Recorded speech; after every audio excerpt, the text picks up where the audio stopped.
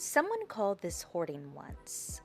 Not this shelf specifically, but a shelf just like it, in a room just like it, in a home just like it. Someone walked into a space full of collected, loved, carefully arranged things, and the only word that they thought of to say was hoarding. And I want to talk about that because I think a lot of us have heard that word or a version of it about our homes. Now, whether it's cluttered or hoarding or you just have a lot of stuff. And I think it has done more damage to more people's relationship with their own space than almost any other single thing in the entire world of home decor. Yes, I am that passionate about this. So today, we're going to draw the line, the real line, the one that actually separates a collection from clutter, a curated home from a chaotic one, a collector from a hoarder. And then we are going to talk about how to display things that you love in a way that makes that line impossible to miss again. And of course, before we get started, welcome to Maximalist Home 101. Now, let us start with the actual distinction, because hoarding and collecting are not the same thing. They are not even close to the same thing, my dear. And I think the reason people confuse them is because they are looking at the quantity of objects in a space and stopping right there. But quantity is not the variable that actually matters. That variable that actually matters is intention. Now, a collection is a group of objects brought together with intention. There's a reason that each thing is there. There is a relationship between the pieces. There is a point of view expressed through the choices. A collection tells a story, a beautiful story, about the person who gathered it, about what they love, and where they have been and what has mattered to them. Now, clutter is just objects without the intention, things that have accumulated rather than were chosen specifically for that space. Things that are there because nobody decided what to do with them yet, because they don't have a home yet, not because someone decided that they belonged right there and that was their home. So I know I'm doing a lot of talking, but do you kind of see the difference? It's not about how many things there are. That shelf might have 20 ceramics sitting on it. The cluttered counter may only have 8 things on it. The number is not the point. It's the intention, the purpose behind it, that's the point. And here is what that means for you as a collector. The things you have gathered with love and care and genuine personal attachment are not clutter. They never were. The problem, if there is one, is almost never what you have. It is how it is arranged. And arrangement is something that we can talk about. Arrangement is something that we can easily fix. So if the intention is there, if the love is there, if the care is there, why do some collections still look like clutter to the eye? Why does a room full of meaningful things sometimes feel a little overwhelming instead of beautiful? Well, there are 3 reasons. Of course, I'm going to give them to you, and they are all fixable. Now, the first reason is that there is no anchor. A collection without a focal point gives the eye nowhere to land. When every object is competing at the same volume, the same height, the same weight, the same distance from each other, your eye just has a hard time finding a place to rest. Like, what am I supposed to be drawn to? So your eye is going to bounce up and down and move frantically across the surface. And it's just going to register in your mind the whole thing as visual noise or clutter. Now, the fix to this is to give your collection a hierarchy, one dominant piece or one dominant grouping that the eye finds first. Everything else can be rich and varied as long as there is somewhere for the eye to start. That's the main focus of your room. Now, the second reason is no breathing room.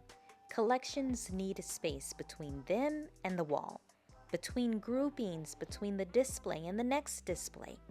When objects are packed edge to edge, space to space with no visual pause, the collection loses its individuality.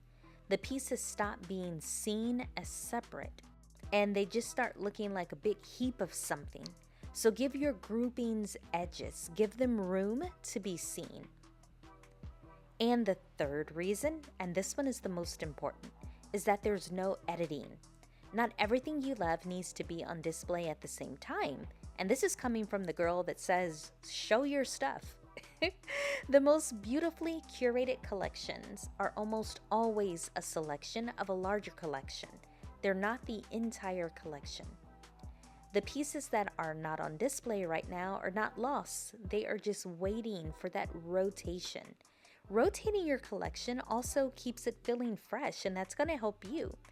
It keeps each piece feeling special, and it's going to keep your display from tiptoeing from curated into overwhelming.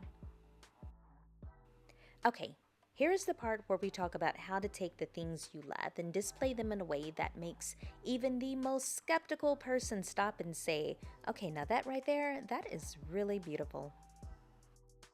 The first principle would be to group by relationship. Objects displayed together should have something in common, and that something should be visible to the eye and really easy to pick up on. So it might be color, it might be the material of the object, it might be the era, the scale, or what the object actually is, like the subject matter. But there should be something that connects the pieces in a grouping so that the eye can look at them and say, oh, that's a collection, not just like a coincidence. For example, your blue and white ceramics belong together. Your vintage brass objects belong together. Your botanical prints belong together. Not because we're going for the matchy-matchy, because we all hate that, but because relationship is what transforms a group of objects into a collection. And when pieces share a visual language, the whole thing becomes more powerful than each individual parts. Principle number 2, vary your heights and scales. Now, a collection displayed at a single height on a single plane is a collection that the eye reads in 1 second and moves on from.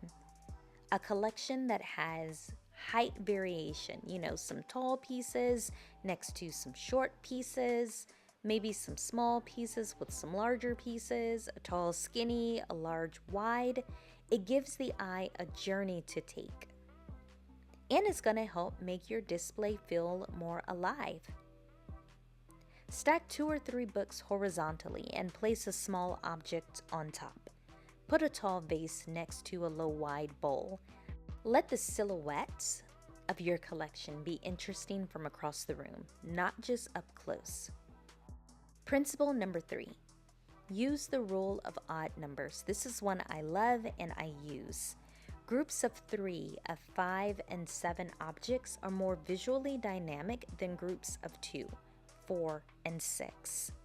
Even numbers create too much symmetry. Odd numbers are going to create a little bit of tension, the good kind of tension, the kind that keeps the eye engaged and moving around. I don't know why, it just does. Principle number 4, let some things breathe. Not every inch of your display surface needs to be occupied. The empty space around your objects is not wasted space. It's the space that lets each piece be seen. Sometimes I think as maximalists, we think that every inch needs to be full, and actually that's not true. Think of the empty space in your display the way a museum thinks about a wall space around a painting. The space is doing the work. It is directing the eye towards the painting. It's saying, look at this matters, it's worth your attention.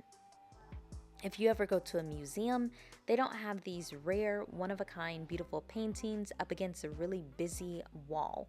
Why? Because your eye is going to be distracted. It's going to be pulled away. Your focus needs to be on that beautiful art piece, and your home is no different. So I want to come back to that word for a moment. Hoarder, the H word I hate. Here is what I know about the people that word gets applied to in the world of home decor. They are the people who love things, people like me, people like you, who find meaning in objects, who have built a life full of pieces that tell their story, who cannot walk past a flea market without finding something that speaks to them.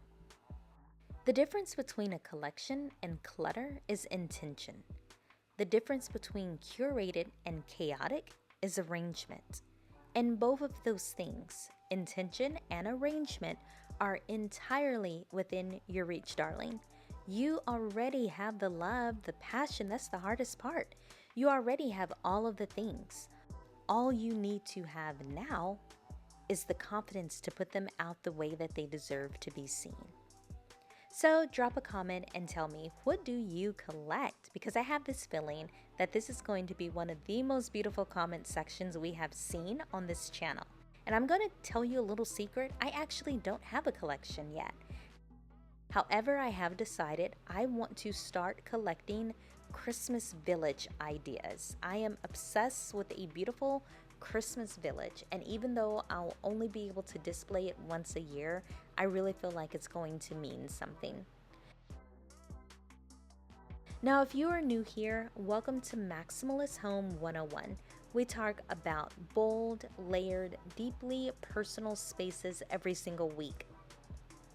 And there is so much more where this came from. Subscribe so you don't miss it. I will see y'all in the next one. Now go display something you love. Bye, guys.